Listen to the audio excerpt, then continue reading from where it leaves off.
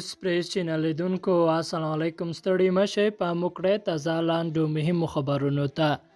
ننګرهار کې د شاتو مچیو له پرمونو روان کال 350 ټنه شات راټول شوي دي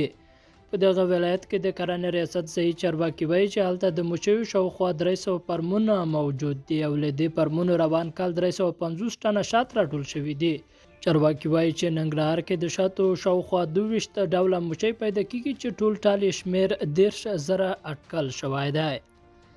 بل ورته قطر او ترکیه افغانستان سره د مرستو د دوام ژمنه کړې ده ترکیه او قطر له افغانستان سره د مرستو پر دوام او تنظیم خبرې کړې دي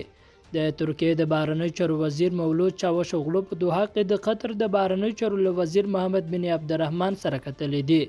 په دې لیدنه کې د ګڼو مسایلو ترڅنګ د افغانستان پر روان وضعیت هم خبرې شوې دي دواړو په یوه ګډه خبري غونډه کې ویلي چې له افغانستان سره به بشردوستانه مرستې دوام کوي او همداراز پر دې هوکړه کړې چې څنګه وکولای شي دغه هیواد ته مرستې ورسوي او د مرستو په تنظیمولو او جلبولو لاس پورې کړي قطري لوري ویلي له خپل متحد هیواد ترکیې سره د کابل هوایي ډګر پر امنیت او بشپړ فعالیدو هم خبرې کړې دي سرچینه وایي د افغانستان له نوي حکومت سره هم په دوامداره توګه په اړیکه کې د څه وکړای شي هوایي ډګر فعال کړي او تعاملاتو ته زمینه برابره کړل شي